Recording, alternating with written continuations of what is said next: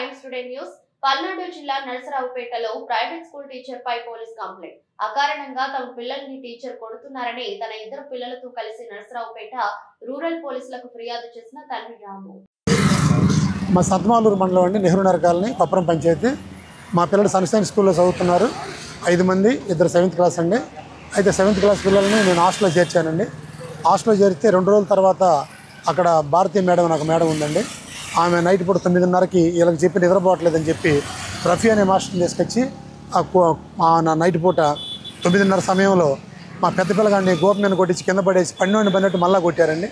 కొట్టిన తర్వాత మా చిన్నపిల్లగాడిని కూడా కర్ర తీసుకొని కొట్టించిందామా. కొట్టించిన తర్వాత మేము డైరెక్టర్ని అడిగామండి. ఈసారి పొరపాట్లు జరగవని చెప్పి మాకు హామీ ఇచ్చారు. తర్వాత మళ్ళీ కొద్ది రోజుల్లోనే అదే రఫీ మాస్టర్ మళ్ళీ కొట్టాడు.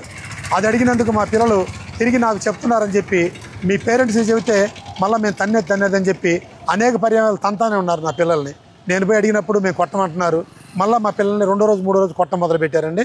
మొన్న రీసెంట్గా మా పిల్లగాడి మీద ఒక అపనిందం మోపారు. మా చిన్న పిల్లగాడి మీద లవ్ లెటర్ రాశాడని చెప్పి ఆ లవ్ లెటర్ 2 పేపర్లు రాసి 2 చిన్న స్లిప్పుల మీద మా వాడి బుక్లో నోట్స్లో పెట్టారు.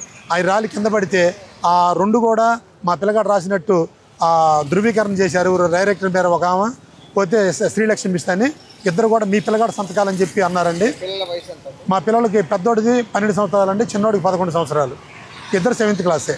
అయితే వాళ్ళు ఆ సంతకాలు చూపించమని మేము చూస్తే మా పిల్లల సంతకం కాదండి, మా పిల్లడి సంతకం కాదు. అప్పుడు నేను అడిగానండి, సీసీ కెమెరా ఓపెన్ చేసి మీరు చూడండి, మా పిల్లలు తప్పు అయితే నేను తీసుకెళ్ళిపోతానని చెప్పి అడిగానండి. వాళ్ళు సీసీ కెమెరా తర్వాత చూసి కూడా మాకు వేసాం చెప్పకుండా సీసీ కెమెరాలు పనిచేయట్లేదని మమ్మల్ని మభ్య పెట్టారండి. సన్షైన్ స్కూల్ అండి.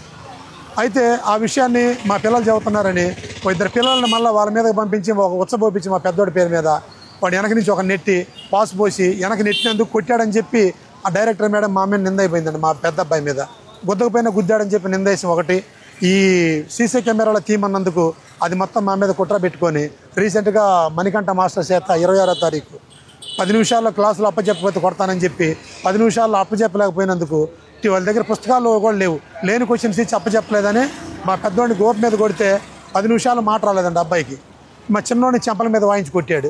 కొట్టి సాయంకాలం పూట నాకు ఫోన్ చేసి మీ ఊరిని కొట్టానండి, చేయి బాగా తగిలింది, మీరు ఎట్టున్నారని చెప్పి పలకరిద్దామని చేశానని చెప్పి నాతోటే మాట్లాడాడు. మళ్ళీ అతను కొట్టినాక ఒక బుక్ ఇచ్చి పంపించి జిరాక్స్ తీపించుకోమన్నాడు. అదేదో ముందే తీయచ్చు కదని నేను చెప్పానండి. అది కూడా అతను మా పిల్లగాడిని కొట్టి నాకే ఫోన్ చేసి చెప్పాడండి. ఈ విధంగా హరాస్మెంట్ ఒకటి మీద ఒకటి నేను 10 సార్లు చెప్పించండి మా పిల్లల్ని కొట్టద్దని చెప్పి నేను అడిగానండి. నేను చెప్పినప్పుడు బాగానే ఉంటారు, నాకు చెప్పినప్పుడు నా పిల్లల్ని నేను అడిగినప్పుడు మళ్ళీ కొడతానే ఉంటారు. కుక్కలు లెక్కపడి ఉండాలంటాం, మీరు చెప్తే మళ్ళీ తంతానంటాం. నా పిల్లల్ని భయభ్రాంతులను చేసి ఈరోజు స్కూల్కి పోవడానికే ఏడుస్తూ నా మీద వచ్చి పడిపోతున్నారు స్కూల్కి పొమ్మంటే. నాకేం చేయాలో దిక్కు దోసుకొచ్చి మన రూరల్ పోలీస్ స్టేషన్కి వచ్చి ఎస్ఐ గారికి కంప్లైంట్ ఇచ్చానండి. ఆయన రేపు చేస్తామన్నారు. ఈరోజు రేపు రమ్మని చెప్పారండి. జరిగిన పరిస్థితి అండి. మా పిల్లలకి మాకు న్యాయం చేయవలసింది కోరు.